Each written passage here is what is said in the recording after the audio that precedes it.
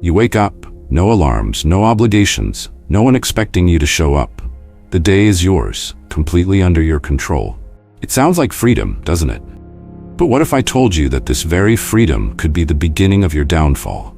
Many men believe that living alone without a girlfriend makes them strong, independent, untouchable. They imagine themselves as lone wolves walking their own path.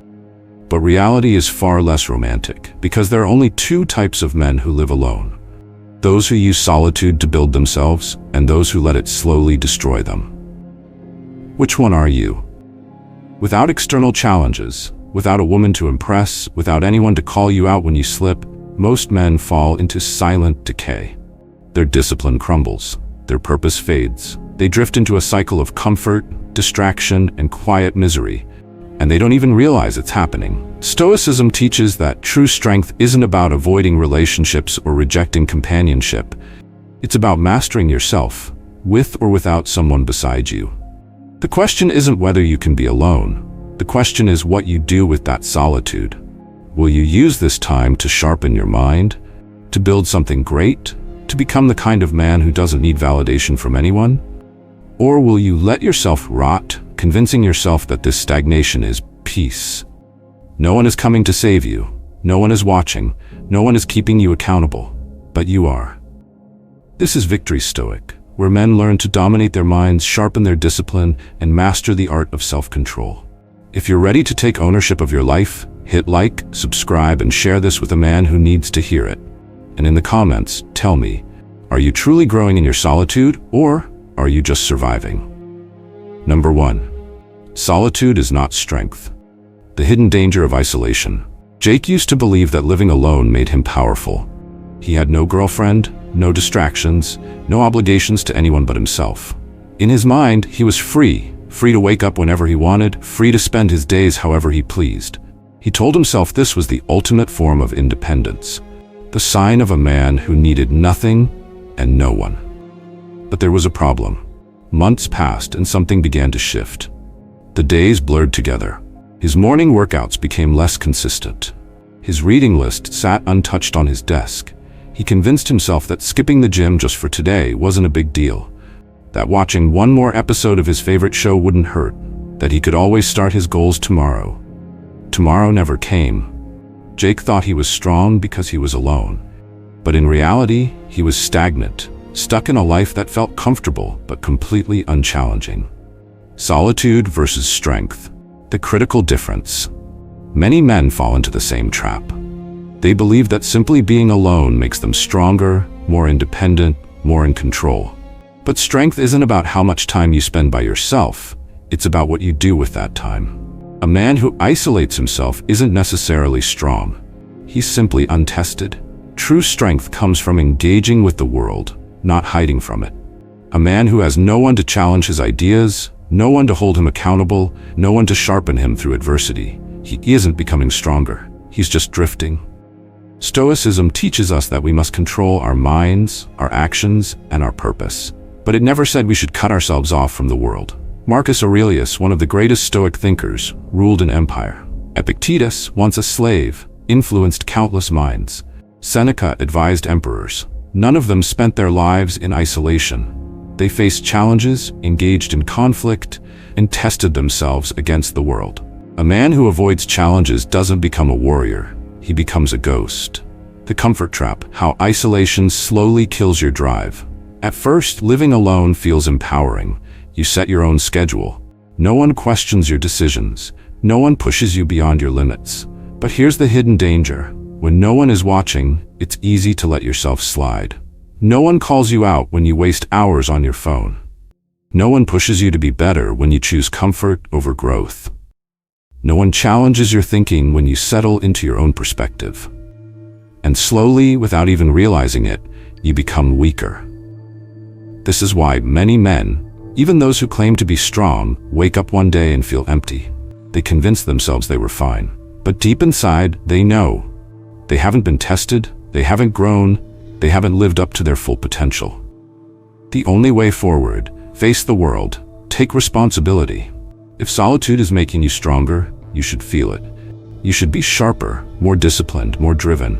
But if you're drifting, if your days are blurring together, if your motivation is fading, it's time to wake up. Number 2. Every great man has walked this path alone. History doesn't remember men who never faced solitude. It remembers those who used it as a crucible to forge themselves into something greater. Every powerful man, every warrior, philosopher, and leader has faced a period of isolation. Some sought it deliberately, others had it forced upon them. What separated them from the rest was how they used it. Julius Caesar spent years in obscurity before rising to power. In his early career, he was captured by pirates and held for ransom. Instead of despairing, he used the time to study their weaknesses. When released, he hunted them down and executed them. His solitude did not break him, it sharpened his mind and hardened his resolve.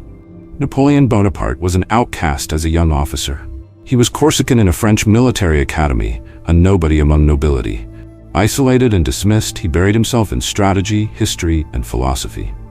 When the world ignored him, he prepared for the moment it wouldn't. When his time came, he was ready.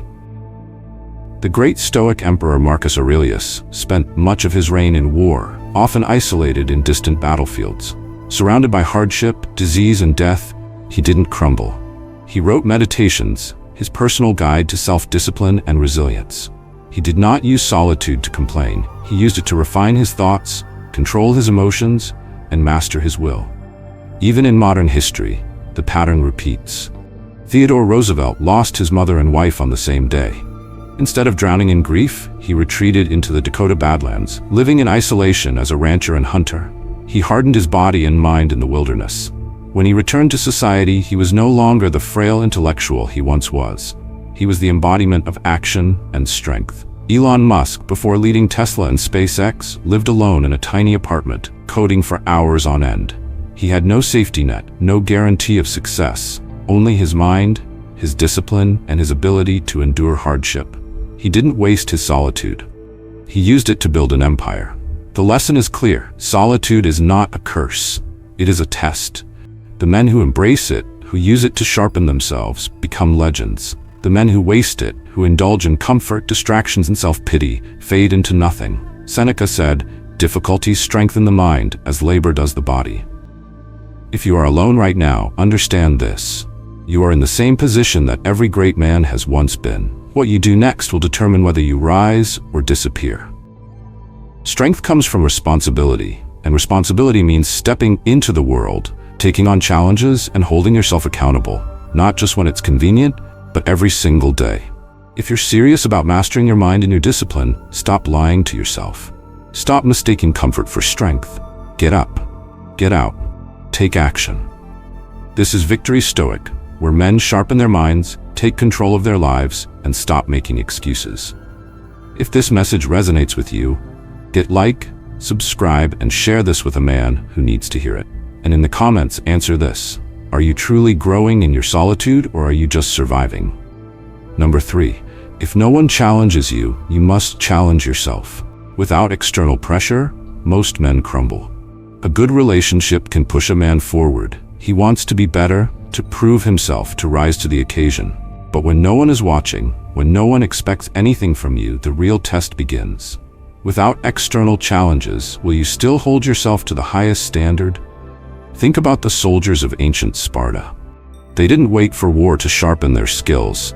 They trained relentlessly, preparing for battles that hadn't even arrived. They didn't need an enemy in front of them to push themselves because they understood a simple truth. If you don't create your own challenges, weakness will take over. Now, look at modern men. Without a demanding job, a relationship, or social pressure, many slip into mediocrity. They wake up late, skip workouts, waste hours scrolling through distractions, and call it freedom. But what kind of freedom is that? The freedom to waste your potential? Great men operate differently. When there is no challenge, they create one. David Goggins, once overweight and aimless, could have lived a comfortable, ordinary life. No one forced him to change, but he demanded more from himself. He ran when there was no race. He trained when no one cared. He built discipline where there was none. Today, he is one of the toughest endurance athletes in the world, not because someone pushed him, but because he pushed himself. Marcus Aurelius wrote, You have power over your mind, not outside events. Realize this, and you will find strength. He understood that the world doesn't owe you motivation. If no one is testing you, you must test yourself. Ask yourself this: are you living by a standard you respect, or are you just existing? If your days feel easy, you're doing it wrong. The strongest men don't wait for challenges to appear, they seek them out. And if you're not doing that, don't fool yourself into thinking you're strong. Number 4, solitude can lead to disconnection from society. Ryan always considered himself a lone wolf. After a tough breakup, he told himself he didn't need anyone. No girlfriend, no close friends, no unnecessary conversations. Just him, his work, his gym sessions, and his thoughts. He convinced himself this was strength, that isolation was the path to self-mastery. At first, it felt empowering. No one to answer to, no obligations. He moved on his own time, did what he wanted, and enjoyed the silence. But slowly, things started to change. The gym sessions became routine, lacking fire. Work lost its meaning. He stopped feeling challenged, stopped feeling truly alive. He told himself he was fine, he had discipline, he had focus. But deep down, something was missing. One day, he ran into an old friend, Chris, at a coffee shop. They hadn't spoken in years. Chris was sharp, driven, and had built a solid network of like-minded men who constantly pushed each other to improve. They sat down to talk, and within minutes, Ryan realized something. He had been living in an echo chamber of his own thoughts. There was no challenge, no outside input, no perspectives that forced him to grow. His self-mastery had actually turned into stagnation. Chris invited him to a small mastermind group, entrepreneurs, athletes, and thinkers who met weekly to discuss challenges, hold each other accountable, and push one another to the next level. At first, Ryan resisted. He didn't need this. He was fine on his own, but something in him knew that wasn't true. So he went. And in that first meeting, he was humbled. He realized that while he had been isolating himself, others had been sharpening their skills, building relationships, and strengthening their mindsets. They weren't dependent on others, but they weren't disconnected either. They had the balance he lacked. No man thrives in complete isolation. Even the greatest Stoics, Marcus Aurelius, Seneca, Epictetus, never lived in complete solitude. Marcus Aurelius, despite being deeply introspective, surrounded himself with wise advisors and engaged in constant debate to refine his philosophy. Seneca mentored Nero, though that didn't turn out well, and Epictetus taught others, passing down Stoic wisdom. They didn't reject society, they engaged with it on their own terms. A man without a girlfriend doesn't mean a man without connections. Strength doesn't come from isolation. It comes from selectively surrounding yourself with the right people. Having friends, mentors, and a community isn't a weakness, it's a strategic advantage.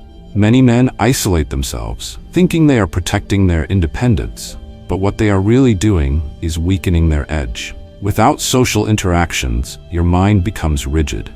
Your perspective narrows. You start to believe your own excuses because no one is there to challenge you. The importance of social calibration.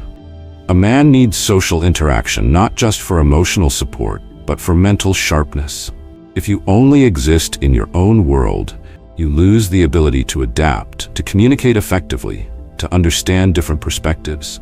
You don't need validation from society, but you do need exposure to it.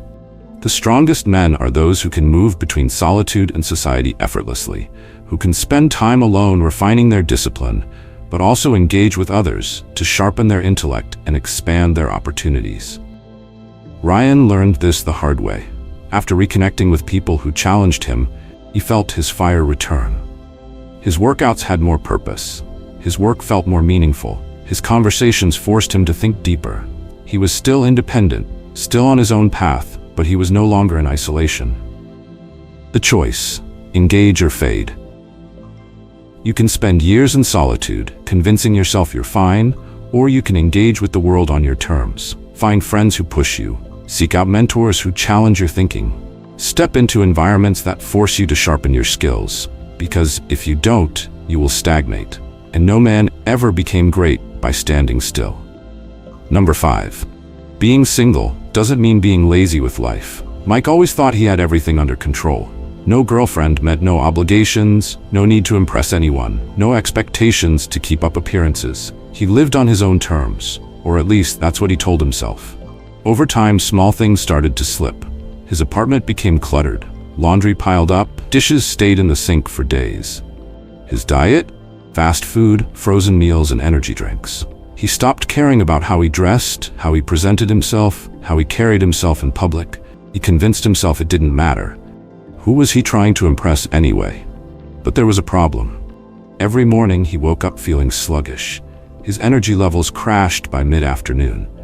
He avoided mirrors because he didn't like what he saw. He stopped pushing himself at the gym. Life felt stagnant. He had no one to hold him accountable, so no one called him out when he slacked off. Many men fall into this trap. They think that because they are single, they have no reason to refine themselves. But the truth is, self-respect should never depend on external validation. Marcus Aurelius said, "Waste no more time arguing about what a good man should be. Be one." A man who only puts effort into himself when others are watching isn't disciplined, he's just performing. Freedom can make you weak or make you strong. Without a relationship, a man has two options: use the freedom to improve, or let it turn into self-destruction. There's no in-between. Some men take full advantage of their solitude. They refine their appearance, sharpen their minds, master new skills, and build wealth. Others let it become an excuse for mediocrity. They let laziness creep in, believing that because no one is watching, their standards don't matter. But they do. Ask yourself, if I had to meet the strongest version of myself today, would I be proud or embarrassed? If you're single, use this time wisely. Learn a new skill, upgrade your style, fix your diet, train harder, develop financial discipline. Do these things not for validation, but because a man should always be at his best, whether alone or in a relationship. Seneca said, "Luck is what happens when preparation meets opportunity." If you neglect yourself now, don't be surprised when life offers you nothing in return. Stay sharp, stay disciplined, because no one respects a man who has given up on himself. Number 6. Being single doesn't mean avoiding love or women. Ethan used to say he didn't need a relationship. After a painful breakup, he convinced himself that love was a distraction, a weakness, something that only led to disappointment. He told himself he was better off alone, that real strength meant never letting anyone get close enough to hurt him again. He wore his independence like armor, but deep down, he knew the truth. He wasn't choosing solitude out of wisdom. He was using it as a shield. Many men make the same mistake. They confuse emotional avoidance with strength. They tell themselves they're too focused, too disciplined, too above it all for relationships. But what they're really doing is running from vulnerability, from risk, from the possibility of failure. A Stoic doesn't run.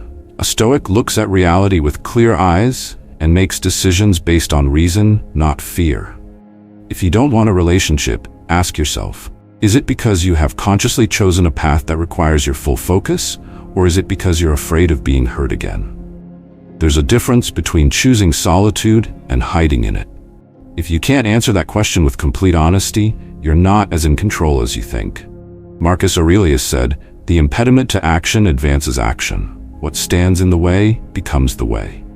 A past heartbreak, a toxic relationship, or a bad experience with women is not an excuse to shut down. It's a challenge to grow stronger, to learn, to refine your standards, not to retreat into bitterness. A Stoic does not fear love, but he does not let it define him either.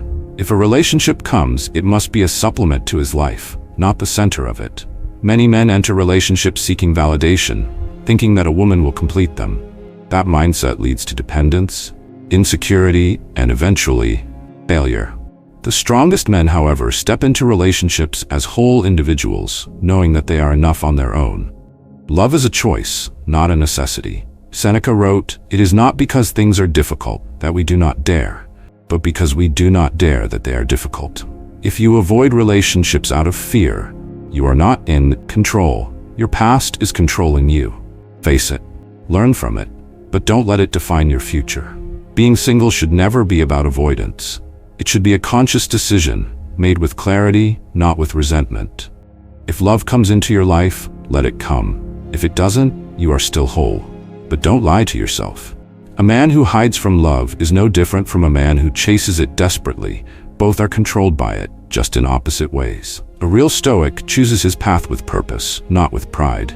Number 7. Are you using solitude, or is it using you? Story 1. The man who let solitude destroy him. Chris never planned on being alone forever, but after his last relationship ended, he stopped trying. At first, he told himself he was taking a break, just some time to focus on himself.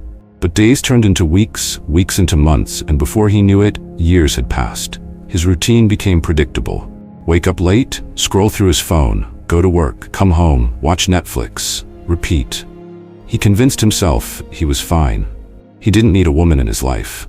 He didn't need to go out and meet people. He had his job, his hobbies, and his space. But deep down, something felt off. His energy was lower. His thoughts became dull. He found himself zoning out during conversations, unable to fully engage. He avoided mirrors because he didn't like what he saw, not just physically but mentally. One evening, after yet another meaningless night of scrolling through social media, he came across an old friend's post. The guy had just completed an Ironman race. Another friend had started a successful business. Others were getting married, starting families, traveling the world. Chris felt a sharp pang in his chest. When had he stopped moving forward? When had he started merely existing instead of living? He realized solitude had been using him.